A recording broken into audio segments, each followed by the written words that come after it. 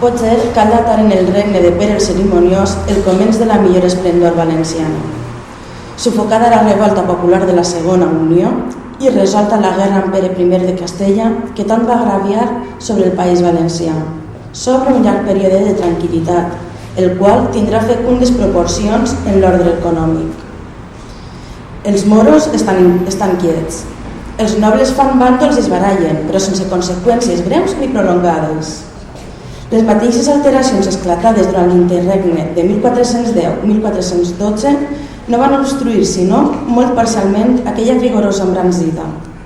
Les grans peces monumentals que encara avui il·lustren els carrers de la vella València, les Torres de Serran, la Llosa de Mercaders, Sant Domènec, foren edificades alrededor d'aquest període de fortuna.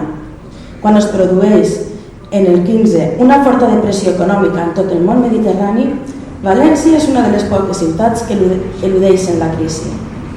La paralització de comerç amb l'Orient també l'afecta, sens dubte, però algunes exportacions favorables, arròs o sucre, l'ajuden a salvar-se.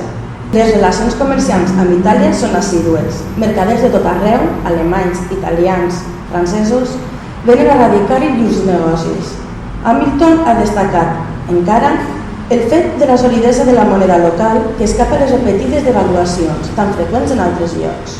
Un altre factor s'ajustava, però, les guerres civils del Principat, que, de manera indirecta, en somoure la tradicional primàcia de Barcelona dins la corona catalano-aragonesa, empenyien València a assumir-ne la successió.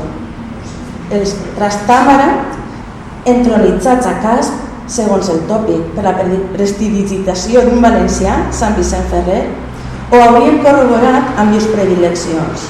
En realitat, les predileccions del Trastàmara per València amb prou feines es limiten a Alfons el Magnànim, l'únic que s'hi va sentir lleument vinculat i que, tot i això, practicà el més persistent dels absentismes.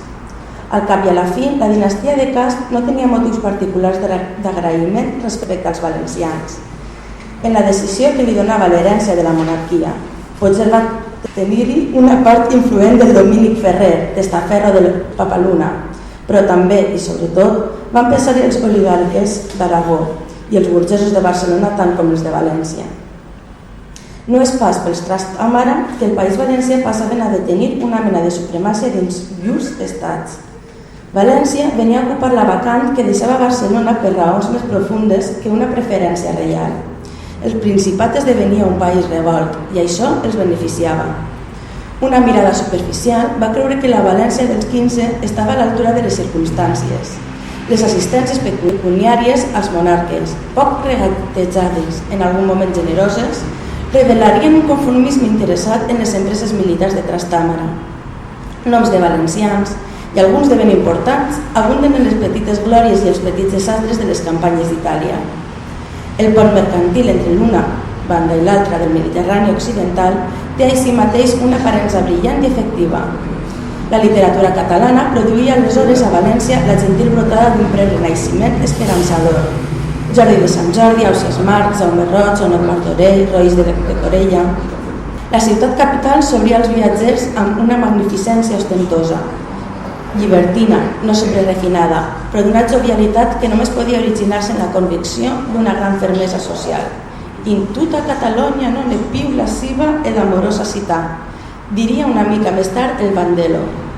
L'espesa tribu dels Borges, caiguda amb un genial apetit sobre la Roma pontifícia, seria un signe més, encara, d'un expansionisme valencià d'extraordinària envergadura. Basten uns pocs instants de reflexió per a descobrir, sota aquesta crosta luxosa, una realitat prou menys saludable. Hi ha l'esplendor, és clar, però és una esplendor minada o sense arrels. Les bases sobre les quals descansa són frèvoles i incompletes. El lector que m'hagi seguit podrà identificar-les tot d'una. Pensem-ne dues. D'una banda, la població, no massa densa i, de més a més, inconnexa.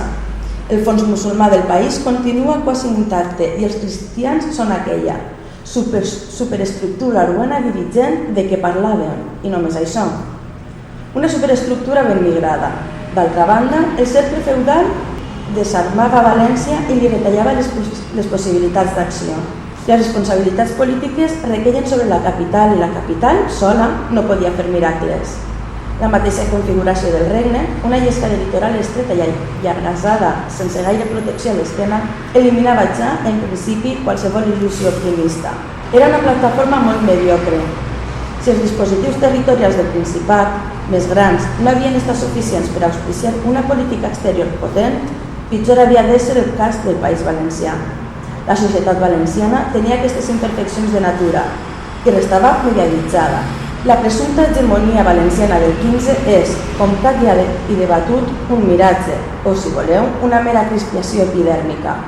Els reis no podien confiar-hi massa, de fet, no van confiar-hi, i els mateixos valencians no deixaven d'adonar-se. Llur actitud davant les especulacions bèl·liques d'Alfons el Magnànim a Itàlia era reticent i desganada, o havia estat també davant l'aventura siciliana de Martí l'Humà. Tot allò tenia un costat temptador, mariners i homes d'armes hi troben feina, i els mercaders una opció més per a llurs càlculs. Però el regne se sabia impotent, o curt de talla per a l'oportunitat que hom li brindava. Quan els reis marxen dels territoris ultramarins, els valencians els reclamaran la tornada. No sols no veuen com a bons ulls l'allunyament del monarca, sinó que fins i tot en sospiten la inutilitat. Una sospita que neix del propi sentiment de capacitat per aprofitar-se. No resta sinó que rompats en un colp i tallets les cordes de totes les il·lusions itàliques, subtilment i no sense gran astúcia cordellades, escriu els jurats de València al Magnànim en 1423. E no esperets, senyor, a deslligar-les, car nuls secs tenen e insolubles, los quals jamés no veuríeis acabar de deslligar. Amb aquesta prudència, mai ni enlloc no ha prosperat cap liberalisme, però els valencians no podien reaccionar d'una altra manera.